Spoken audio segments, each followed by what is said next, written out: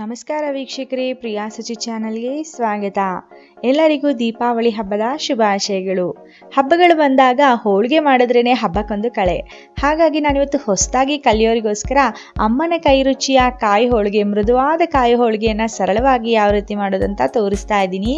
ಇದನ್ನು ಹೊಸದಾಗಿ ಅಡುಗೆ ಕಲಿತಾ ಇರೋರು ಕೂಡ ತುಂಬಾ ಸುಲಭವಾಗಿ ಮಾಡ್ಕೊಂಡು ಬಿಡ್ಬೋದು. ಬನ್ನಿ ಈ ಮೃದುವಾಗಿರುವಂತಹ ಕಾಯಿ ಹೋಳಿಗೆನ ಯಾವ ರೀತಿ ಮಾಡೋದು ಅಂತ ನೋಡ್ಕೊಳ್ಳೋಣ. ಮೊದಲಿಗೆ ಹಿಟ್ಟು ನಾದೋದಕ್ಕೆ ನಾನು ಒಂದು ಅಗಲವಾದ ಒಂದು ಪಾತ್ರೆಯನ್ನು ತೊಗೊಂಡಿದ್ದೀನಿ. ಇದಕ್ಕೆ ನಾನು 2 ಕಪ್ಪಷ್ಟು ಮೈದಾ ಹಿಟ್ಟನ್ನು ಹಾಕ್ಕೊಳ್ತಾ ಇದ್ದೀನಿ.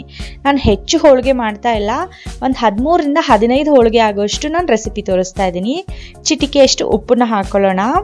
ಉಪ್ಪನ್ನು ಹಾಕ್ಕೊಂಡ್ಮೇಲೆ ಒಂದ್ಸಲ ಕೈನಲ್ಲಿ ಚೆನ್ನಾಗಿ ಮಿಕ್ಸ್ ಮಾಡ್ಕೊಳ್ಬೇಕಾಗತ್ತೆ. ಈಗ ನಾವಿದಕ್ಕೆ ಸ್ವಲ್ಪನೇ ನೀರನ್ನು ಸೇರಿಸ್ತಾ ಸಾಫ್ಟಾಗಿ ನಾವು ಹಿಟ್ಟನ್ನು ನಾದ್ಕೊಳ್ಬೇಕಾಗುತ್ತೆ. ಬೇರೆ ಏನನ್ನು ಸೇರಿಸೋದು ಬೇಡ. ಇದು ಸುಲಭವಾದ ಹೋಳಿಗೆ ಆಗಿರೋದ್ರಿಂದ ನಾನು ಸುಲಭವಾದ ರೀತಿಯಲ್ಲೇ ತೋರಿಸ್ತಾ ಇದ್ದೀನಿ. ಚೆನ್ನಾಗಿ ಹಿಟ್ಟನ್ನು ನಾದ್ಕೊಂಡ್ಮೇಲೆ ಇದಕ್ಕೆ ನಾನು ಒಂದು 2 ಸ್ಪೂನಷ್ಟು ಎಣ್ಣೆಯನ್ನು ಹಾಕ್ಕೊಳ್ತಾ ಇದ್ದೀನಿ. ಎಣ್ಣೆನ ಹಾಕಿ ನಾವು ಚೆನ್ನಾಗಿ ಮತ್ತೆ 5 ನಿಮಿಷಗಳ ಕಾಲ ಚೆನ್ನಾಗಿ ನಾದ್ಕೊಳ್ಬೇಕಾಗುತ್ತೆ. ಈ ರೀತಿ ಎಣ್ಣೆ ಹಾಕಿ ನಾದ್ಕೊಳ್ಳೋದ್ರಿಂದ ಏನಾಗುತ್ತೆ ಅಂದರೆ ನಮ್ಮ ಹೋಳಿಗೆ ತುಂಬಾ ಮೃದುವಾಗಿ ಬರುತ್ತೆ. ಹಿಟ್ಟು ಚೆನ್ನಾಗಿ ನೆನಿಬೇಕು. ಹಾಗಾಗಿ ನಾವು 5 ನಿಮಿಷಗಳ ಕಾಲ ಚೆನ್ನಾಗಿ ನಾದ್ಕೊಳ್ಬೇಕಾಗುತ್ತೆ. ಇದನ್ನು ನಾದಿದ ಮೇಲೆ ನಾವು ಇದನ್ನು 2 ಗಂಟೆಗಳ ಕಾಲ, ಮಿನಿಮಮ್ 2 ಗಂಟೆಗಳ ಕಾಲ ನಾವು ನೆನೆಯೋದಕ್ಕೆ ಬಿಡಲೇಬೇಕಾಗತ್ತೆ. ನೀವು ಹೋಳಿಗೆ ಯಾವಾಗ ಮಾಡ್ತೀರಲ್ಲ ಅದಕ್ಕಿಂತ 2 ಗಂಟೆಗಳ ಮುಂಚೆನೇ ನೀವು ಹಿಟ್ಟನ್ನು ನಾದಿ ಇಟ್ಬಿಡಬೇಕು. ಈಗ ಇದನ್ನು 2 ಗಂಟೆಗಳ ಕಾಲ ರೆಸ್ಟ್ ಮಾಡ್ಲಿಕ್ಕೆ ಬಿಡ್ತೀನಿ. ಈಗ ಒಂದು ಮಿಕ್ಸರ್ ಜಾರ್ನ ತಗೊಳ್ತಾ ಇದ್ದೀನಿ. ಇದಕ್ಕೆ ನಾನು 2 ಕಪ್ಪಷ್ಟು ತೆಂಗಿನಕಾಯಿ ತುರಿಯನ್ನು ತಗೊಳ್ತಾ ಇದ್ದೀನಿ. 2 ಕಪ್ಪಷ್ಟು ತೆಂಗಿನಕಾಯಿ ತುರಿಯನ್ನು ಮಿಕ್ಸರ್ ಜಾರ್ಗೆ ಹಾಕ್ಕೊಂಡು ನಾವು ಇದನ್ನು ಸ್ವಲ್ಪ ಗ್ರೈಂಡ್ ಮಾಡ್ಕೊಳ್ಬೇಕು. ತುಂಬ ಫೈನ್ ಪೇಸ್ಟ್ ಮಾಡ್ಕೊಳ್ಬಾರ್ದು, ತರಿಯಾಗಿ. ಬೇಕಂದರೆ ಒಂದು ಚಮಚ ನೀರು ಹಾಕ್ಕೊಳ್ಳಿ. ನೀರು ಹಾಕ್ಕೊಂಡಿಲ್ಲ ಅಂದರೂ ಪರವಾಗಿಲ್ಲ. ನೋಡಿ, ಈ ಥರ ತರಿಯಾಗಿ ನಾವು ರುಬ್ಕೊಳ್ಬೇಕಾಗತ್ತೆ. ತುಂಬ ಸಣ್ಣಗೆ ಪೇಸ್ಟ್ ಮಾಡ್ಕೊಳ್ಳೋ ಅವಶ್ಯಕತೆ ಇಲ್ಲ, ತರಿ ಇದ್ದರೆ ಸಾಕು. ಈಗ ನಾನು ಒಂದು ಕಡಾಯಿಯನ್ನು ತಗೊಳ್ತಾ ಇದ್ದೀನಿ. ಈ ಕಡಾಯಿಗೆ ನಾನು 1 ಕಪ್ಪಷ್ಟು ಬೆಲ್ಲನ ಕುಟ್ಟಿ ಪುಡಿ ಮಾಡಿ ನಾನು ಹಾಕ್ಕೊಳ್ತಾ ಇದ್ದೀನಿ. 2 ಕಪ್ಪಷ್ಟು ತೆಂಗಿನಕಾಯಿ ತುರಿ ತೊಗೊಂಡಿರೋದ್ರಿಂದ 1 ಕಪ್ಪಷ್ಟು ನಾನು ಬೆಲ್ಲ ಹಾಕ್ಕೊಂಡಿದ್ದೀನಿ. ಇದಕ್ಕೆ ಒಂದು 3 ಟೇಬಲ್ ಸ್ಪೂನಷ್ಟು ನೀರನ್ನು ಹಾಕ್ಕೊಂಡು ನಾನೀಗ ಚೆನ್ನಾಗಿ ಬೆಲ್ಲವನ್ನು ಕರಗಿಸ್ಕೊಳ್ತಾ ಇದ್ದೀನಿ. ಚಮಚದಿಂದ ಕೈ ಆಡಿಸ್ಕೊಳ್ತಾನೆ ನಾವು ಬೆಲ್ಲವನ್ನು ಕರಗಿಸ್ಕೊಳ್ಬೇಕಾಗತ್ತೆ.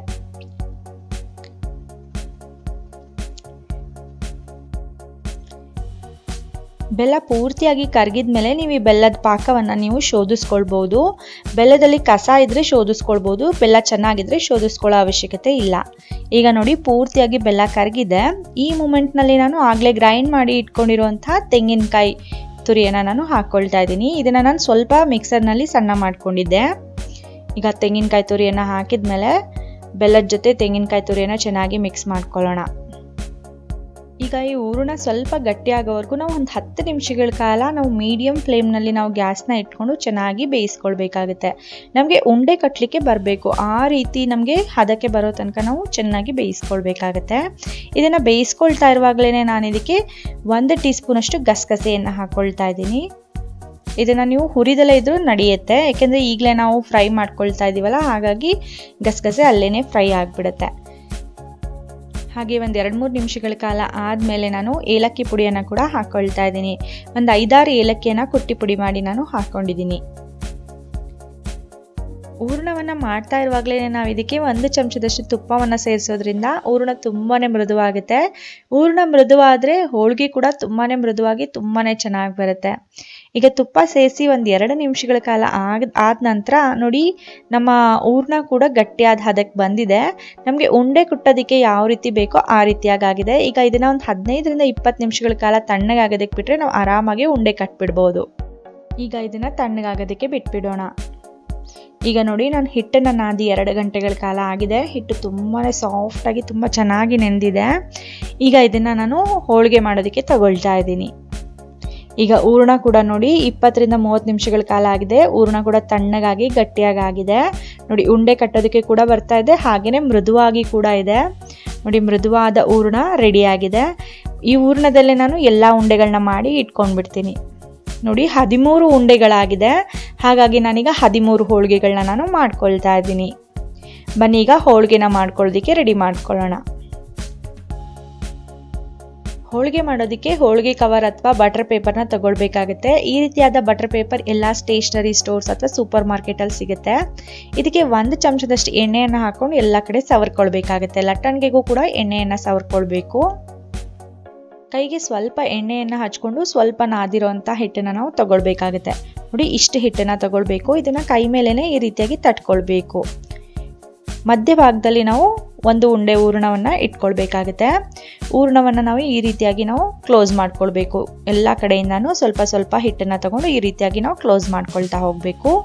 ಕೊನೆಯಲ್ಲಿ ಮಿಕ್ಕ ಹಿಟ್ಟನ್ನು ವಾಪಸ್ ಪಾತ್ರೆಯಲ್ಲೇ ಹಾಕ್ಬಿಡೋಣ. ಈಗ ಇದನ್ನು ಸ್ವಲ್ಪ ತಟ್ಕೊಳ್ಬೇಕಾಗುತ್ತೆ. ನಿಧಾನವಾಗಿ ಕೈ ಮೇಲೇನೆ ತಟ್ಕೊಳ್ಳಿ. ಇವತ್ತು ನಾನು ನಿಮಗೆಲ್ಲ ನಮ್ಮ ಅಮ್ಮನ ಕೈ ರುಚಿಯ ಕಾಯಿ ಹೋಳಿಗೆ ತೋರಿಸ್ತಾ ಇದ್ದೀನಿ. ಹಾಗಾಗಿ ನಮ್ಮ ಅಮ್ಮನೇ ಹೋಳಿಗೆ ಮಾಡ್ತಾ ಇದ್ದಾರೆ. ಇದನ್ನು ಸ್ವಲ್ಪ ಬಟರ್ ಪೇಪರ್ ಮೇಲೆ ಈ ರೀತಿಯಾಗಿ ತಟ್ಕೊಳ್ಬೇಕಾಗತ್ತೆ. ಹೋಳಿಗೆ ಈ ಸೈಜಿಗೆ ಬರೋವರೆಗೂ ನಾವು ಚೆನ್ನಾಗಿ ತಟ್ಕೊಂಡ್ಮೇಲೆ ಲಟ್ಟಣಿಗೆ ಎಣ್ಣೆ ಹಚ್ಚಿರೋ ಲಟ್ಟಣಿಗೆ ಸಹಾಯದಿಂದ ಈ ರೀತಿಯಾಗಿ ತೆಳ್ಳಗೆ ಅರಿಬೇಕಾಗತ್ತೆ. ಇದನ್ನು ಎಷ್ಟು ದೊಡ್ಡದು ಬೇಕಾದರೂ ನಾವು ಮಾಡ್ಕೊಳ್ಬೋದು. ಆದರೆ ನಾವು ಇವತ್ತು ಹೊಸದಾಗಿ ಕಲಿಯೋರಿಗಾಗಿ ಮಾಡ್ತಾ ಇರೋದ್ರಿಂದ ಚಿಕ್ಕ ಚಿಕ್ಕ ಹೋಳಿಗೆಗಳನ್ನ ನಾವು ಮಾಡಿ ತೋರಿಸ್ತಾ ಇದ್ದೀವಿ. ಬಟರ್ ಪೇಪರ್ಗೆ ಮತ್ತು ಲಟ್ಟಣಿಗೆಗೆ ಎಣ್ಣೆ ಹಚ್ಚಿರೋದ್ರಿಂದ ಸ್ವಲ್ಪನೂ ಹಿಟ್ಟು ಇದಕ್ಕೆ ಅಂಟೋದಿಲ್ಲ. ನೋಡಿ, ಎಷ್ಟು ತೆಳ್ಳಗೆ ಎಷ್ಟು ಚೆನ್ನಾಗಿ ಲಟ್ಟಿಸ್ಕೊಳ್ಬೋದು. ಈ ಸೈಜ್ಗೆ ಲಟ್ಟಿಸ್ಕೊಂಡ್ಮೇಲೆ ಸ್ವಲ್ಪ ಕೈನಲ್ಲಿ ತಟ್ಕೊಳ್ಳೋಣ. ಈಗ ಇದನ್ನು ತವಾ ಮೇಲೆ ಹಾಕ್ಕೊಳ್ಬೇಕಾಗುತ್ತೆ. ತವಾ ಚೆನ್ನಾಗಿ ಬಿಸಿಯಾಗಿರಬೇಕು. ಇದಕ್ಕೆ ತುಪ್ಪ ಅಥವಾ ಎಣ್ಣೆಯನ್ನು ಚೆನ್ನಾಗಿ ಸವರ್ಕೊಳ್ಬೇಕಾಗುತ್ತೆ. 1 ಚಮಚದಷ್ಟು ತುಪ್ಪನ ಅಥವಾ ಎಣ್ಣೆನ ಸವರ್ಕೊಂಡ್ಮೇಲೆ ನಿಧಾನವಾಗಿ ಬಟರ್ ಪೇಪರ್ನ ಅದ್ರ ಮೇಲೆ ಹಾಕಿ ತುದಿಯಿಂದ ಈ ರೀತಿಯಾಗಿ ಎತ್ಕೊಳ್ಬೇಕಾಗುತ್ತೆ. ನೋಡಿ, ಎಷ್ಟು ಚೆನ್ನಾಗಿ ಹೋಳಿಗೆ ಬಂತು. ಸ್ವಲ್ಪನೂ ಬಟರ್ ಪೇಪರ್ಗೆ ಅಂಟ್ಕೊಳ್ಳೋದಿಲ್ಲ. ಈಗ ಹೋಳಿಗೆ ಹಾಕಿದ್ಮೇಲೆ ಒಂದು ಅರ್ಧ ಚಮಚದಷ್ಟು ತುಪ್ಪನ ಕರಗಿಸಿ ನಾವು ಹಾಕ್ಕೊಳ್ಬೇಕಾಗುತ್ತೆ ಸುತ್ತ. ಇದಕ್ಕೆ ತುಪ್ಪನ ಹಾಕಿನೇ ಬೇಯಿಸ್ಕೊಳ್ಬೇಕು. ಆಗ್ಲೇ ತುಂಬ ರುಚಿಯಾಗಿರುತ್ತೆ. 1 ನಿಮಿಷಗಳ ಕಾಲ ಆದಮೇಲೆ ಇನ್ನೊಂದು ಸೈಡ್ಗೆ ನಾವು ಫ್ಲಿಪ್ ಮಾಡ್ಕೊಳ್ಳೋಣ. ನೋಡಿ, ಹೋಳಿಗೆ ಎಷ್ಟು ಚೆನ್ನಾಗಿ ಹೊಂಬಣ್ಣಕ್ಕೆ ತಿರುಗಿದೆ. ಈಗ ಇಲ್ಲಿಗೂ ಈ ಸೈಡ್ಗೆ ತಿರುಗಿಸಿದ್ಮೇಲೆ ಮತ್ತೆ ಸ್ವಲ್ಪ ತುಪ್ಪನ ಹಾಕ್ಕೊಳ್ಬೋದು, ಬೇಕಿದ್ರೆ ಆಪ್ಷನಲ್. 2 ಸೈಡ್ ಚೆನ್ನಾಗಿ ಬೆಂದ್ಮೇಲೆ ನಾನು ಇದನ್ನು ಒಂದು ತಟ್ಟೆ ಮೇಲೆ ಹಾಕ್ಕೊಳ್ತಾ ಇದ್ದೀನಿ. ನೋಡಿ, ಎಷ್ಟು ಚೆನ್ನಾಗಿ ಹೋಳಿಗೆಗಳು ರೆಡಿ ಆಗ್ತಾ ಇದೆ. ಇದೇ ರೀತಿಯಾಗಿ ನಾನು ಇನ್ನೊಂದು ಹೋಳಿಗೆನ ಕೂಡ ನಾನು ಚೆನ್ನಾಗಿ ತೆಳ್ಳಗೆ ಅರೆದಿಟ್ಕೊಂಡಿದ್ದೀನಿ.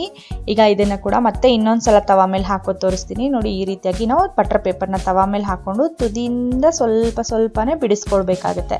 ಸ್ವಲ್ಪನೂ ಅಂಟ್ಕೊಳ್ಳೋದಿಲ್ಲ, ಸ್ವಲ್ಪನೂ ಹರಿಯೋದೇ ಇಲ್ಲ. ಸುತ್ತ ಒಂದು ಅರ್ಧ ಚಮಚದಷ್ಟು ತುಪ್ಪವನ್ನು ಕರಗಿಸಿ ಹಾಕ್ಕೊಳ್ಬೇಕು. ನೀವು ಎಣ್ಣೆ ಕೂಡ ಹಾಕ್ಕೊಳ್ಬೋದು, ತುಪ್ಪನೇ ಹಾಕ್ಕೊಳ್ಬೇಕಂತ ಏನಿಲ್ಲ. 1 ನಿಮಿಷಗಳ ಕಾಲ ಆದಮೇಲೆ ಇನ್ನೊಂದು ಸೈಡ್ಗೆ ಫ್ಲಿಪ್ ಮಾಡ್ಕೊಳ್ಳೋಣ. ಒಂದು ಹೋಳಿಗೆ ಕೂಡ ಹರಿಯೋದಿಲ್ಲ, ತುಂಬಾನೇ ಮೃದುವಾಗಿ ತುಂಬಾನೇ ಚೆನ್ನಾಗಿ ಬರುತ್ತೆ. ಇದೇ ರೀತಿ ನಾನು ಎಲ್ಲ ಹೋಳಿಗೆಗಳನ್ನ ಕೂಡ ಮಾಡಿ ಇಟ್ಕೊಳ್ತಾ ಇದ್ದೀನಿ. ಈ ಕಾಯಿ ಹೋಳಿಗೆ 8 ರಿಂದ 10 ದಿನಗಳ ತನಕ ಕೆಡೋದೇ ಇಲ್ಲ, ತುಂಬ ಚೆನ್ನಾಗಿರುತ್ತೆ. ನೀವು ಹೆಚ್ಚು ದಿನ ಇಟ್ಕೊಂಡು ತಿನ್ಬೇಕಂತ ನಿಮಗೆ ಅನಿಸಿದ್ರೆ ನೀವು ಇದನ್ನು ಸ್ವಲ್ಪ ಚೆನ್ನಾಗಿ ಕೆಂಪಗೆ ಬೇಯಿಸ್ಕೊಳ್ಬೇಕಾಗುತ್ತೆ. ಈ ರೀತಿ ಕೆಂಪಗೆ ಬೇಯಿಸ್ಕೊಳ್ಳೋದ್ರಿಂದ ಇದು ಬೇಗ ಹಾಳಾಗೋದಿಲ್ಲ. ನೋಡಿದ್ರಲ್ಲ, ಕಾಯಿ ಹೋಳಿಗೆ ಮಾಡೋದು ಎಷ್ಟು ಸುಲಭ ಅಂತ. ಹೊಸದಾಗಿ ಅಡುಗೆ ಕಲಿತಾ ಇರೋರು ಕೂಡ ಆರಾಮಾಗಿ ಸುಲಭವಾಗಿ ಸರಳವಾಗಿ ಮಾಡ್ಕೊಂಡು ಬಿಡ್ಬೋದು. ನಿಮ್ಗೆಲ್ಲರಿಗೂ ಇವತ್ತಿನ ಈ ಸರಳವಾದಂತಹ ಕಾಯಿ ಹೋಳಿಗೆ ರೆಸಿಪಿ ಇಷ್ಟ ಆಗಿದ್ರೆ ಪ್ರಿಯಾಸ್ ರುಚಿ ಚಾನಲ್ಗೆ ಲೈಕ್ ಮಾಡಿ. ಇದನ್ನು ನೀವು ನಿಮ್ಮ ಸ್ನೇಹಿತರೊಂದಿಗೆ ಕೂಡ ಶೇರ್ ಮಾಡ್ಕೊಳ್ಳಿ, ಅವರಿಗೂ ಕೂಡ ಹಬ್ಬ ಮಾಡುವಾಗ ಸಹಾಯ ಆಗುತ್ತೆ. ಈ ಮೃದುವಾದ ರುಚಿಯಾದ ಕಾಯಿ ಹೋಳಿಗೆನ ತುಪ್ಪದ ಜೊತೆ ತಿಂತಾ ಇದ್ರೆ ಅದರಲ್ಲಿ ಸಿಗೋ ಆನಂದನೇ ಬೇರೆ.